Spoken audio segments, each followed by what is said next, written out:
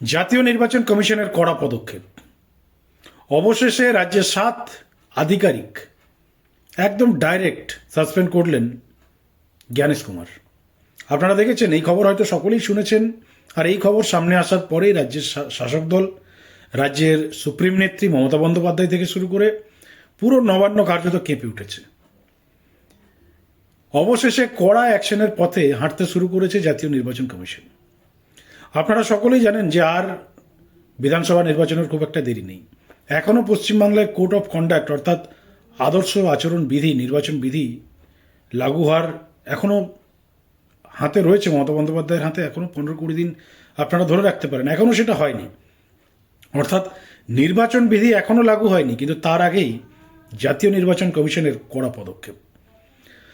আপনাদের জানিয়ে রাখি, গতকাল রাজ্যের মুখ্যমন্ত্রী প্রেস কনফারেন্স করেছিলেন এবং প্রেস কনফারেন্স করে নির্বাচন কমিশনের সঙ্গে কার্যত যুদ্ধ ঘোষণা করলেন এবং তিনি পরিষ্কার জানিয়েছেন যে যে কাজটা জাতীয় নির্বাচন কমিশন করেছে সেটা সঠিক করেনি।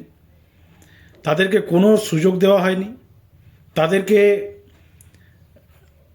নিজের পক্ষ থেকে কিছু বলার বা আধিকারিকদের পক্ষ থেকে কিছু ডিফেন্ড করার কোনো সুযোগ দেওয়া হয়নি। ডাইরেক্ট যে সাসপেন্ড করেছে এটা একদম আইন বহির্ভূতভাবে করা হয়েছে।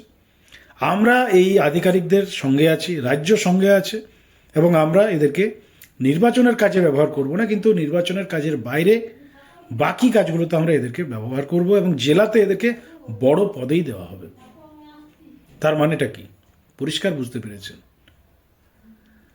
জাতীয় নির্বাচন কমিশন যাই করুক না কেন, পশ্চিমবাংলায় ভাই আমার রাজ চলছে, এখানে তুমি যাই ইনস্ট্রাকশন দাও, এখানে শেষ কথা আমি বলবো। এবং দেখুন, বাস্তবও সেটাই। রাজ্যের পদে রয়েছেন, মুখ্যমন্ত্রী আছেন, তার দল ক্ষমতায় রয়েছে, কিন্তু বড় যেটা প্রবলেম বন্ধুরা, সব থেকে ইম্পর্টেন্ট বিষয়, এই ক্ষমতাটার বেশি দিন স্থায়ী নয়। এই ক্ষমতাটা আর আপনারা ধরে রাখতে পারেন খুব জোর 1 মাস।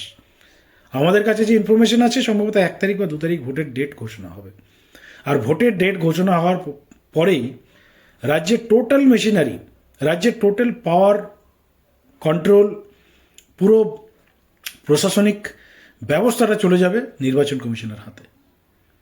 আর এই এসআইআর পর্বে দিল্লির নির্বাচন কমিশন, জাতীয় নির্বাচন কমিশন একটা জিনিস খুব ভালোভাবে রিয়েলাইজ করেছে যে পশ্চিমবাংলার মেশিনারি কেমনভাবে অপারেট হচ্ছে, কিভাবে পরিচালনা হচ্ছে এবং কোথায় কোথায় গণ্ডগোল রয়েছে। দেখুন, মানুষের একটা ডিমান্ড আছে যে পশ্চিমবাংলার এবারের নির্বাচনটা অ্যাটলিস্ট রাষ্ট্রপতি শাসন জারি করে হোক।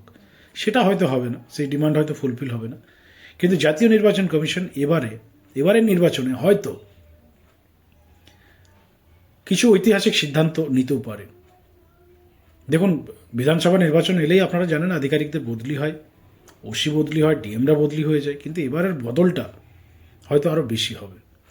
আর এই যে 7 জন আধিকারিক, দেখুন এরা আজকে হয়তো ছাড় পেয়ে যাচ্ছে, আজকে মমতা বন্দ্যোপাধ্যায় পদে রয়েছেন, ক্ষমতায় আছেন তার দল, এরা হয়তো ডিফারেন্ট হয়ে যাবে। কিন্তু বড় প্রবলেম বন্ধুরা, যদি সরকার চেঞ্জ হয়, যদি অন্য পলিটিক্যাল পার্টি ক্ষমতায় আসে রাজ্যে এপ্রিল মাসে, তারপর কি হবে এই আধিকারিকদের? যারা এইভাবে ইন্ডিকেট হয়ে আছেন, আইডেন্টিফাই হয়ে আছেন, তাদের কেরিয়ারে সত্যি কথা বলতে আগামী দিনের যে ভবিষ্যৎ, সেটা কিন্তু খুব নেগেটিভ রয়েছে। তো যাই হোক, দেখার বিষয় আগামী নির্বাচন মানুষ কাকে সমর্থন করে, কার নেতৃত্বে সরকার গঠন হয়, আমাদের নজর থাকবে।